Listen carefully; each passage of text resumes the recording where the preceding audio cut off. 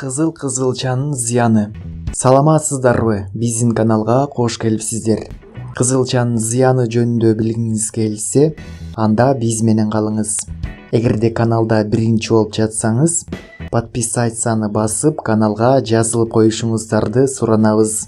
Себеби чыккан видеолорду биринчилерден болуп көрүү үчүн. Кызылчанын зыянын билиш үчүн биринчи орунда жегенден кийин ашказанда кандай реакцияга келишин билип алыш керек. Убактылуу ич ооруларда жебей эле койгон жакшы. Себеби бул ашказанда кычкыл реакцияны жүргүзөт. Ошого гастрит менен ооругандарга көп жегенге болбойт.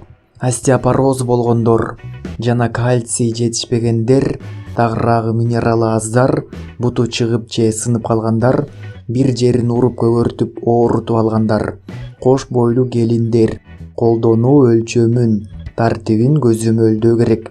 Себеби кальцийдин организмге сиңүү процессин бузгандыгы.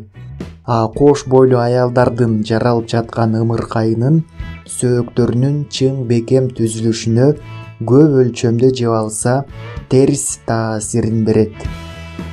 Эл арасында таштарды кызылчанын суусу менен чыгаруу жолдору бар, бирок ал тескерисинче кайра күч алдырып жибериши мүмкүн.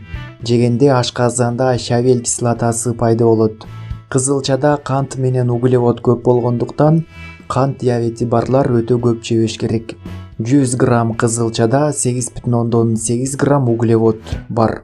Ошондой эле минерал жетишпегендерге дагы. Видео жакса, ылдыйдагы подписаться басып, каналыбызга жазылып коюшуңуздарды суранабыз. Дос тааныштарыңыздарга соц сеттерден бөлүшүп жөнөтсөңүздөр болот. Көргөнүңүздөр үчүн чоң рахмат. Кийинки видеолордон көрүшкөнчө.